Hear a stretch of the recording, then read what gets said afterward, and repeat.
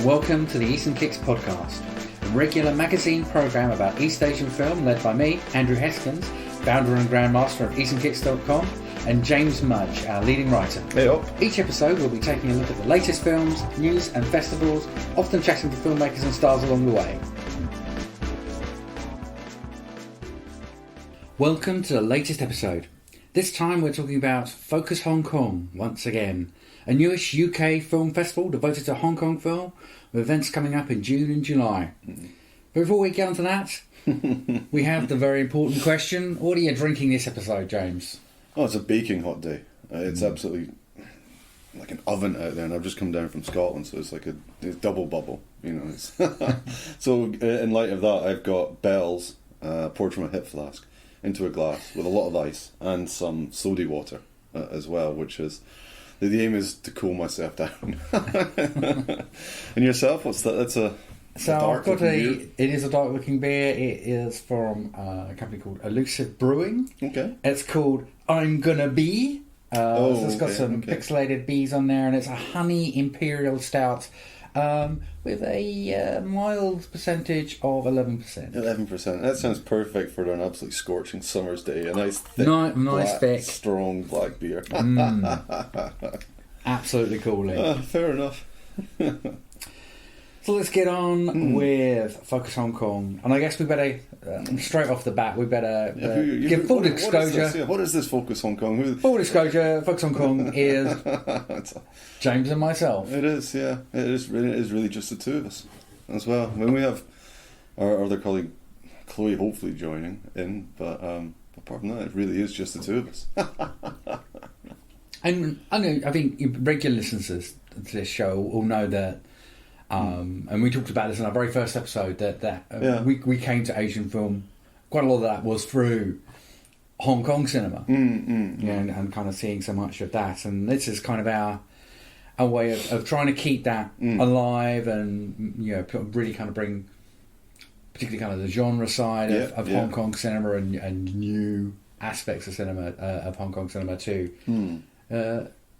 To the big screen and celebrate it. Absolutely. I mean, it's an interesting time for Hong Kong cinema, we could say, as we have gone into quite a lot during other episodes. But yeah, it's both, as you say, bringing the genre classics through, and a lot of, we do try and get like the remasters, because quite a few of these films are getting like 4K remasters and stuff. So we try and mix screening those, and also because the really old films are just impossible to actually get a lot of the time. So when you get a remaster, at least you've got a good chance of getting a DCP of a film to screen. But it's kind of balancing that with trying to find, good, interesting new films and stuff. Because we, without diving too much into the subject, like we came from Chinese Visual Festival first. Focus Hong Kong was kind of part of that, and we were screening Hong Kong films part of that. And Chinese Visual Festival always had walked a very fine line between doing stuff which you could say was challenging or controversial from like a mainland Chinese point of view, versus how you put genre stuff in there. And we ended up, it was the genre stuff only came from Hong Kong, because there was not really any genre cinema from the mainland. So there's always that kind of balance. So this allows us to do the genre stuff more, but at the same time we kind of keep a balance of, there's other festivals and other people doing good work with stuff like activist cinema or documentary cinema and stuff. So we don't really need to go too much into that line of things. So it is a way to do genre cinema, I think, as much as anything. And hopefully there will be more new stuff coming, which is good. And I think we'll talk about these lineups soon, but I think we've managed to get some good genre stuff in there. I mean, the word genre covering a multitude of sins anyway. But So we've got a couple of events coming up. We've got some screenings at Garden Cinema in Soho on 24th of June. And we've got some screenings from the 12th to the 15th of July at BFI South Bank. Very fancy. Returning to both venues once again. We're very big fans of both of those venues. Yes. Let's start with the films we've got at Garden Cinema, shall we? So we have Memories to Choke On, Drinks to Wash Them Down.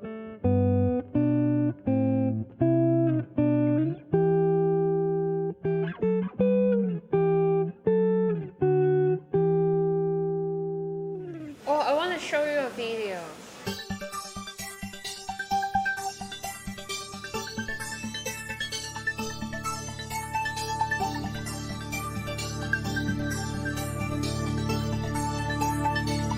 咁你翻工翻成點啊？ Directed by Leon Min Kay and Kate Riley. And we did have this as part of our initial online push, didn't we? We did. Thanks to COVID, our plans had to be shifted to online. Yeah, so no, this was one we wanted to screen then in the cinemas, definitely. And as you say, we had to put it online, so it's good to actually be bringing this into a cinema properly, because I think this is, I mean, kind of talking about that like balance of having a contemporary film, which is still dealing with social issues and everything, but which isn't massively provocative. I guess you could say it's a really interesting anthology. Yeah, just sort of covering, contemporary Hong Kong. So and it's kind of interesting balance because there's 3 fictional stories. There's 1 documentary as part of it. Yeah. It's a very nice film, isn't it? It's a nice mix of stuff, and I think it does a really good.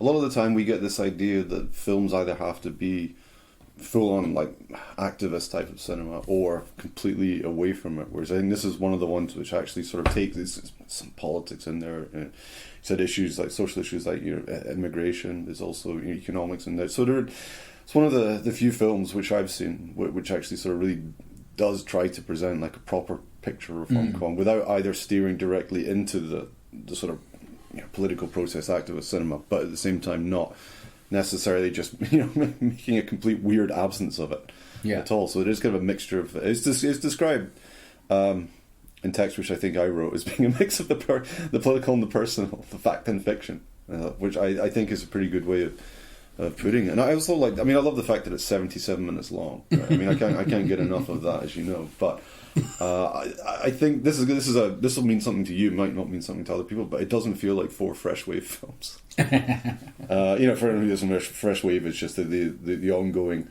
Hong Kong's short film program, which is funded by the government. Which to be fair, has kind of changed in recent years, but it's kind of shift towards. We're not going to go into that too much now, but I mean, part of what you're saying there is there was definitely a shift towards more stories about the personal and not being very confrontational or experimental, even in terms of subject matter or how it was shot. It very much kind of shifted, and we've had directors, and it's great to see all these new directors coming out from the Fresh Wave, and we don't want to sound critical of those people. No, not at all. A lot of those films are tending to fall into doing those same kind of stories about the personal and intergenerational stories, but it became the main thing. I mean, I haven't seen it. I haven't seen this year's. Crop seems to be. He's going to mention online and stuff because the cinematographer I worked with is working on at least one of the shorts. And that's fine. As you say, it's great. It gives whatever the situation is. It gives young directors a very good because they get a bit of money to make them. They get mentoring, then they get them screened. And then before, at least we used to screen them a lot at the festival. Yeah. So it's great anyway. But it'd fallen into just a period where I guess it was just difficult to take on more sort of out there narratives or challenging narratives. So you used to get a few genre films. Now and again, they kind of disappeared off, and everything sort of came into the 1 or 2 different kinds of. And it was also there was, and again we're kind of dwelling on this. I don't know how the Fresh Wave works, but they went for a different model. So originally there was very much sort of a model of sort of semi-professionals, that's right, and very kind of studenty. And they kind of combined it all, but. In some sense, I prefer the days when the quality levels were absolutely up and down because you had something to kind of react against. Where I thought part of it kind of got balanced out, and all got to a very kind of professional level. But you kind of need the spikes there to make it to kind of shake it up a bit. Absolutely, and the knock-on effect kind of that was at least some of the directors then went on to make films which were essentially like a extended and there still version. are. We're still seeing directors coming out of that. I mean, so many of these films, like When the Light Goes Out and whatever, they're all people who've come out of the process and done a few films, and so it's still very much where the new talent is coming from. No, it's great in that respect, and you're right. I don't mean it as a criticism. It's just that it certainly went through a period where most of them were becoming the same, and so. We then got quite a few feature films which then felt just like extended versions of Fresh Wave shorts. So with Memories, it's a choke on. None of the 4 stories actually feel like a Fresh Wave I think, to me. So that's, I was being slightly flippant saying they don't remind me of Fresh Wave stories, but I think it's good, just because it actually feels more like a proper anthology, in that respect. I mean, you've had stuff like Septet, which is pretty good, but I mean, Septet's more of a, not a puff piece, but it is, it's done for a specific purpose, with bringing together different directors and, telling none of them to be very adventurous. whereas this actually feels quite genuine, I think. I think there's I don't like saying, "Oh, that feels authentic," when I'm not really the person to say whether it is or not. But it does, it does feel like a real sort of Hong Kong story from a Hong Kong perspective. The four of them. So yeah, very, very, very pleased to be bringing that into the cinema. And it's a great sit on the big screen in the UK. Finally, absolutely. I mean, it's kind of, I think it kind of, because of when it came out, it kind of missed that chance in a lot of territories as well. Absolutely, yeah. And the other film is a right old classic. 我叫中秋，我讀唔到中三已經畢咗業。大家平時冇嘢做就興玩埋隊，跟下人或者俾人跟。仲有我邊位啊？我係榮少嗌嚟收埋條尾數嘅。男仔都有600蚊，我哋爭你5000蚊。咁如果你肯同人哋做嘅，咁咪當唔數咯。你估你自己識鑽石計㗎？ Made in Hong Kong. Fruit Chan's 1997 masterpiece. Yes. Debut. Really kind of set his stall out. Yeah, it's still a very, very, very powerful film. It's still quite a shocking film. And it's, again, it's got a touch of, not quite the Hong Kong New Wave, but it is kind of like a youth, sort of quite nihilistic, look at sort of youth and despair, or urban alienation and angst post-handover. Yeah. I mean, without it becoming a political film or anything in that way, it is more like a, I don't know, cultural despair, I think you could describe it as. Yeah, I mean, it definitely came out of that moment, I think. Yes, whatever you can say, and Fruit Chan's definitely, his subsequent films have pretty often come back to that in some sort of commentary in one way or another. I mean, and certain ones don't, some of the more recent films don't work as well, such as Three Husbands. No, that wasn't good. But I mean, he's still got that obviously got that kind of fire in what he does. But yeah, it's great to see this on that. That's genuinely one of the best. I mean, if you're taking contemporary Hong Kong cinema, that almost kind of marks the point. I mean, I love the 1990s and the 80s and stuff, but the 90s Hong Kong cinema was kind of dying, like economically, box office wise, and that's, I mean, not just even like in the category 3, not just in like the normal films, that you could see like this complete decline in quality. From about 94 onwards, there, for so many different reasons, and the looming handover was obviously one of them, but also just the economics, everything around the world, changing social conditions. So this is one of the very few films which came out then, and I think 97. That's when I think you kind of get a line which, after that, you start to get more sort of proper Hong Kong cinema. Kind of I mean, it was Infernal Affairs, I guess, which really sort of commercially reinvented Hong Kong cinema. But I think this was the film, and it's not something which has lasted because of the handover itself. Obviously, and with Hong Kong being under, being back into mainland China. But I think that this film as well is such a, not a line in the sand, but it's everything about it. It's still, watching it again, it's still kind of unbelievable. I mean, you couldn't see that kind of film being made today in Hong Kong. I mean, maybe you could, but on a more underground kind of way. Yeah. Because this actually did get released. I mean, a lot of the actors in it obviously went on to stuff. Fruit Challenge, she said, Sam Lee, yeah. So it's a fantastic one, and I've never seen it on the big screen. So I'm looking forward to actually seeing that on the big screen again myself. But it's a film I could watch loads of times over the years. But I suspect it's a good one as well for people who've never seen it as well, because it's not quite like a genre film. It's not quite an art house film. It's a really quite, I shouldn't say quite unique, because that's not really a phrase, but it's fairly unique. You know what I mean? It's not quite one nor the other. And Hong Kong film fans do tend to either be just sort of hardcore old-fashioned genre fans, or increasingly now, people who would watch just like quite normal Chinese language commercial films. So and this is one. It's not one nor the other. It's not. It's a unique work, and it's a masterpiece. It's a fantastic film. I couldn't recommend it enough, and I think it sits very nicely with Memories. as well, because there's a good like 20 more than just over 20 years in between the two of them. And everything like that. So you can, I'm not saying you would watch those films and take it as a serious reflection of changes in Hong Kong society, but at the same time, there's definitely something of that in there. So I think it's a very well curated double bill by these Focus Hong Kong fellas, isn't it? They've done a good job with this one, man. I reckon they have. and trying to talk about it being not one thing or another and that kind of genre crossing, and that does bring us quite neatly into the July programme that we have at BFI South Bank, and the first film, Where the Wind Blows. 这场战争是我命运中不堪回首的劫难。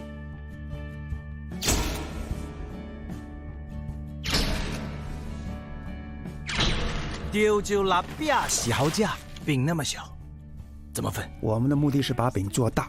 有多少土档、粉档、烟档都定好，没牌照的，一律扫清。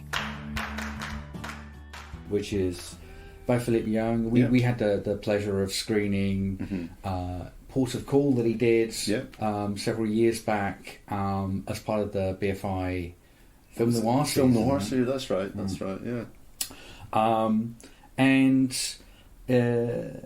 this is a real kind of big budget kind of almost kind of Scorsese kind of take on a certain period of police kind of really kind of setting us all up for kind of police corruption in the sort of 60s and into the 70s. At that time, it's this film has been around. It was kind of around for quite a while. It was originally Theory of Ambition. I think was the original title. It's got Tony Leung and Aaron Kwok as the leads here. There's also parents by the legend that is Michael Hoyer as well. It is a biopic about these two figures that Tony and Aaron play. I think people, you might, if you do see reviews, people quite often say, "Well, I'm not really sure what's going on. I can't really follow it."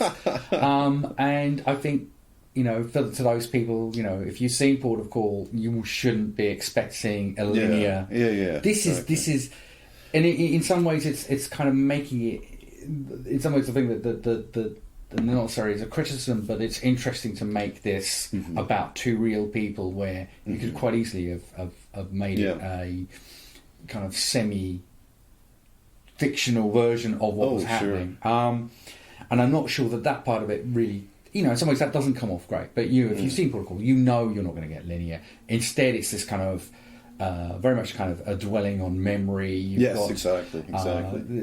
Different kind of timelines come in and out of the film. You've got this, you've got kind of bits which kind of drop into kind of magical realism with the Aaron Kwok character, where he just breaks into dance when he starts going out with his fiancée, and really kind of nice aspects like that. The production in it, the costumes and the settings are amazing. Absolutely. I mean, it's astounding. And to the point where, this will be another sort of criticism of it. Unlike most of Scorsese's recent films, we're going to kind of use that comparison again. This is one that actually probably could do with having an extra hour to kind of make more of that, because there's so much. There is a lot going on, but it's just the performances by the lead two are great. It's a great ensemble. There are one thing I think there are definitely some nods to some of the previous work from both Aaron and Tony. There's definitely one scene which is almost shot for shot, where Tony is chatting to his comrade Aaron's wife having a meeting. It's not necessarily illicit, but definitely with what they're wearing, absolutely is more than a nod to Any Mood for Love. But it's all done in a really gorgeous way. So it's really nice to have that as an opening film. And we've been after it for such a long time. It was set back a year or so, maybe a couple of years because it was originally going to be at the Hong Kong International Film Festival. It was the opening film, and then it had technical problems. And of course, it's been. I'm not sure exactly to what extent it's been edited and messed around with, but it definitely has been. But that won't have any bearing on the narrative stuff you're talking about. But I think people who've been really a bit confused by it, I don't mean this in a pretentious way, but I think they were maybe expecting like a Cold War, that kind of film, everything, because when you see the cast, and they're thinking it's going to be a much more straightforward like thriller. Yeah. Which, to be fair, it has been pitched a little bit like that, in every way. Because if you hear this is a tale of like corrupt cops and back in Hong Kong in the 1960s, so shootouts, there's everything you think. It doesn't really accurately present what kind of film it is. And what you said about it, it's kind of an exploration of like memories and identity as much as anything else, and just the changes Hong Kong was kind of going through in what's a very interesting period of history, but then sort of viewed through a sort of fragmented like prism of memories. So, and as you say, like it's production values wise, it's fantastic. We don't get too many of these big prestige productions from Hong Kong. Certainly not recently. And as you said, this is slightly older now, and it's only just coming out now. Yeah. But we don't. It's been a while since we got sort of big prestige productions like that coming from Hong Kong. It's true. It's true. So it's great to see it like that. And it's a really good one to have the UK premiere up to open our BFI stint. Yeah. And then moving on, the next film is the biggest hit from Hong Kong this year. Biggest hit in Hong Kong. It was at time of writing. 问你个问题啊，炒股票跟打官司有什么分别？马口沟有什么高见啊？炒股票赢的是道理，打官司赢的是歪理。赚大钱难得靠歪理啊！哪个有钱人不想找个大律师做朋友啊？有什么问题，我们就是他的保命符，是吧？认识几个大老板，学炒股票，学炒楼，有益身心嘛。我宁愿被人打，好过被天收。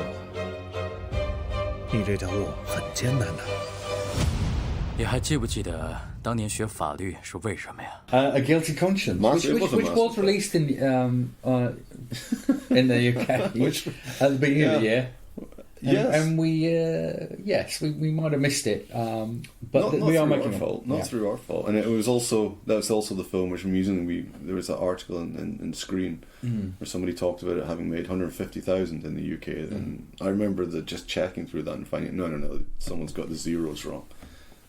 Well, I think they were talking. Yeah, they're talking dollars. In Hong Kong dollars. Yes, or not dollars. So not US dollars. Yeah. So but that's an aside. Yeah, it's been the biggest. I'm sure it will be one of the biggest hits of the year, even if something else comes along and does it. That's.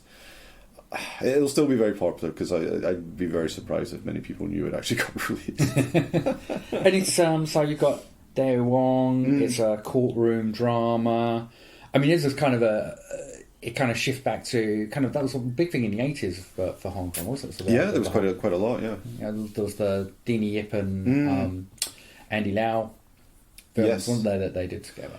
Yeah, when that kind of stuff was becoming really popular on the TVB, then these obviously just led to film versions of stuff as well. But you're right. It's got, and it's a good sort of an underdog type of story. And again, it's one where it still deals with like social issues and social criticism. Both in terms of how it looks at the Hong Kong justice system, or sort of wide, or more widely, like the elites and the rich and everything like that. So it's that good.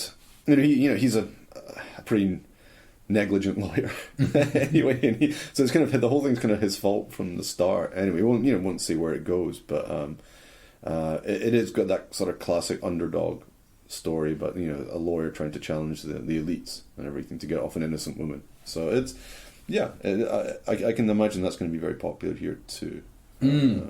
So it's another good one to have as well, and it's a courtroom drama, but it's still very nicely shot, and it looks quite what's the word, slick. I guess you say good production values throughout. So that's another nice one to be screening. And moving on, I mean, this will be on a Friday night. Friday night is Friday night. We've got Let It Ghost. 你頭先見唔見嗰隻鬼啊？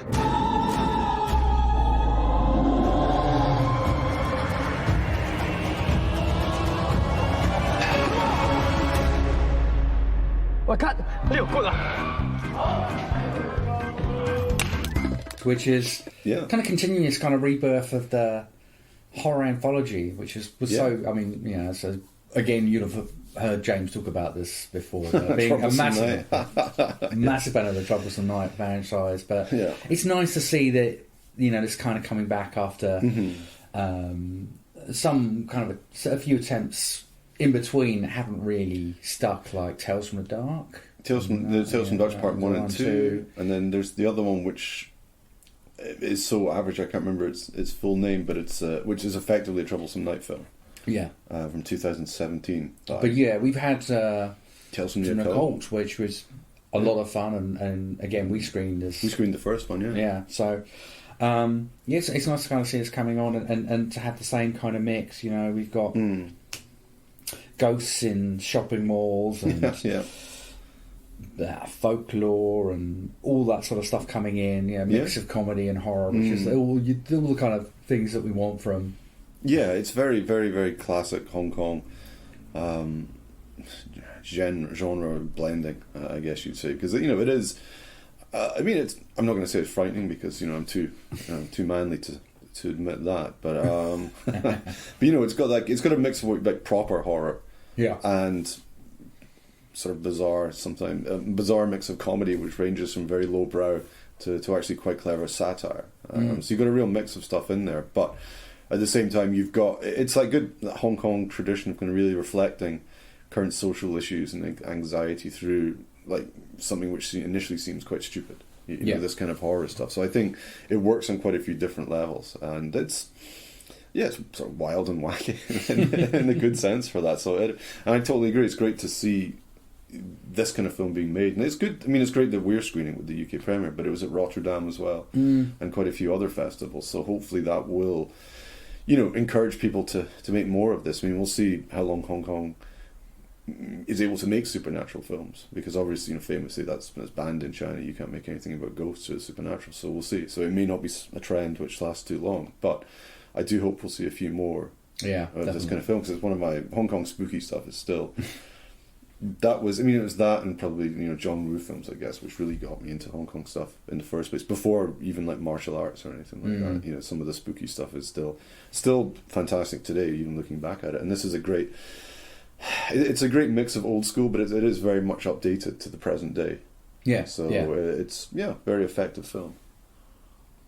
And then lastly, our closing film, which is another one I'm really happy that we've got on screening. Absolutely. Is a 4K restoration and stroke director's cut of Nomad from 1982, directed by Patrick Tam, and one of the first kind of proper leading roles for Leslie Cheung. Yes, this is to kind of partly to mark the anniversary of 20 years of Leslie Cheung's death, which is a big number. But yeah, I mean, it's great to be showing this. I think the kind of the director's cut is because I think the originally it was quite heavily. It was heavily censored, which was, I have to admit, like I hadn't realised at the time when I first, you know, I saw this many years ago, and I hadn't realised at the time, because I don't know, people didn't really talk about stuff like that quite so much then. But it was heavily, I believe, not just censored, but edited as well. Like some parts were moved around and stuff. So this is, you know, so the director's fixed it himself. So this actually it's not a director's cut, as in, oh great, here's another, you know, Marvel film which is now half an hour longer. To be fair, Patrick Tam has done in the past as well. There's a director's cut of After This Our Exile, and I've only seen the director's cut of that. I haven't seen the other. I didn't think it's one I would ever want to watch both versions of. I mean, it's a great film, but I don't think it's the kind of film we rewatch. So I only watched the long version, which was very good, but I've never seen the short version. And he's a really important director. I mean, he's one of the first kind of what was known as the new wave directors to emerge and to emerge successfully, quite fully formed in a sense. Where I think some of the other directors like An Hui, like Chow their works were good, but they were still kind of finding their feet. You think about him starting and with stuff like The Sword. And films like that, which I'm going to have to say, if we'd had a chance to have a bigger season, I would have loved to have put The Sword on. Of course. I mean, absolutely. Maybe in the future one day. Yeah. Because I think Nomad's a film which will have legs for more screenings, and the same way like with Old Dear Old Comrades, almost a love story. And it's good, I mean, from the Leslie Cheung point of view, I mean, everybody we know, I mean, Leslie Cheung films do get an audience both from people from Hong Kong and from the UK who, those of us who remember him and love him anyway. So it's always pretty reliable that we will get. Yeah. We will get footfall, or whatever they call it, for these screenings. But I'll be very disappointed if this is one that's kind of a bit under the radar. It's always kind of it's never had great DVD releases. I mean, I've got one of them here, which is just fine, My Entertainment. But yeah, it's not. It's great to kind of see it come out again and actually kind of, hopefully get a bit more exposure. I hope, and as you said, it was a very interesting time because he was kind of in '82. He was still, technically with the Shaw Brothers as well, and even after that, he was still turning up in smaller roles and pretty stupid. Well, stupid is harsh, but like Little Dragon Maiden, where he fights a giant kung fu bird. It's technically the 5th Brave Archer film, so he's still. It's an interesting time just because this is probably his first sort of fully formed dramatic role, and it is kind of an ensemble film as well. There are a lot of basically just following a bunch of youths around. So, but this is his first like proper role, and after this one, he did a few more sort of youth picks, I guess you could call it, for the Shaw Brothers. Was it behind the Yellow Line with Maggie Cheung? Yeah. So he did a few films like Teenage Dream or something like that. So which I haven't seen. But yeah, it's good to sort of look back at his these kind of early films, and I think this is his first good early film. Not good, I mean good performance in an early film. This is I mean, he got nominated for it. Yeah, he did. Yeah, he did. This was his first nomination, so he is very good in it. It's a great story, and it is. I mean, the Hong Kong New Wave is always a bit nebulous, I think, in terms of there's a few key directors, but aside from that, there's quite a lot of stuff which gets lumped in it, which I don't think really is, and there's some stuff which doesn't, which I think is. But this is one of the most sort of Hong Kong New Wave films. This is definitely one of the most ones. It's got that kind of, that kind of snobbish sort of French feel to it. It's properly edgy. It's not a. Yeah, it feels like some nouvelle vague. I don't mean the film is pretentious. I just mean the French thing is pretentious. But it is the one I think which most sort of ties into that whole sort of new wave idea. Even just dealing, it covers a lot of stuff. Dealing with this sort of in a very different way to obviously Made in Hong Kong, but like youth attitudes towards the future. And this was at a time when Hong Kong was kind of between like Chinese culture, Japanese culture, other cultures, Western culture.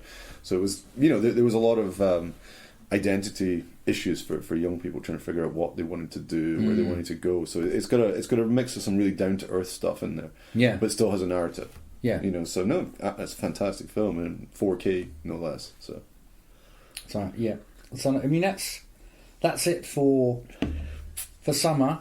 But that's it for summer. That is it for summer because I'm going. And we'll say it now. We'll be around at the Garden Cinema and Beer Five South Bank. We'll be there for everything. So we'll see you a drink at the bar. Yes, I mean, as in people will buy us drinks. Yes, that's we're not buying drinks for people. No, don't perish the thought.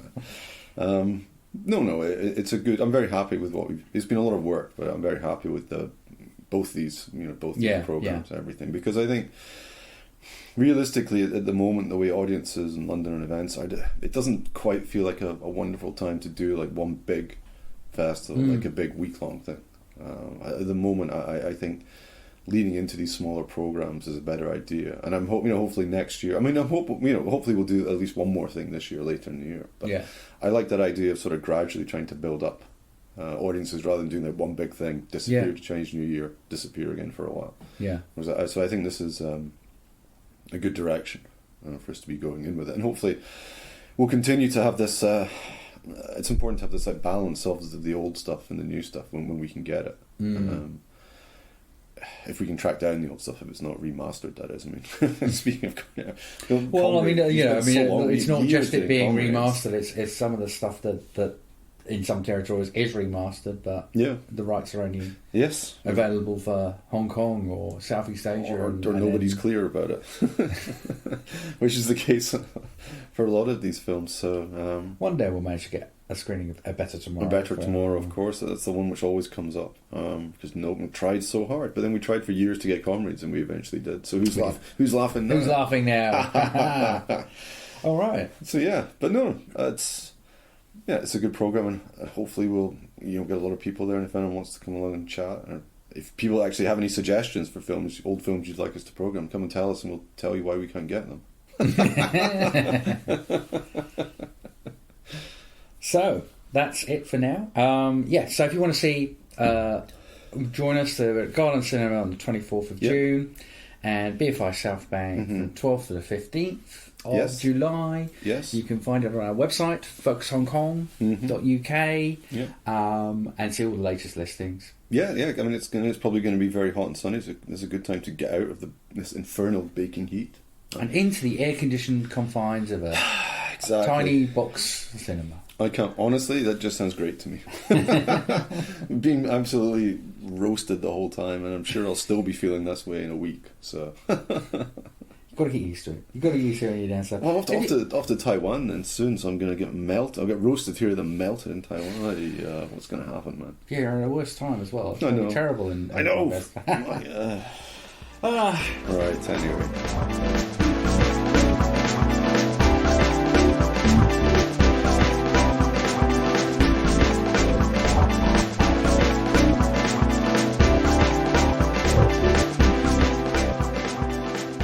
So that's it for now. Don't forget you can find all of our previous episodes on Apple, Amazon Music, Spotify, Google, or wherever you get your podcasts. Subscribe now and you'll never miss an episode. But for now, cheers! Yeah, cheers. See you at the bar.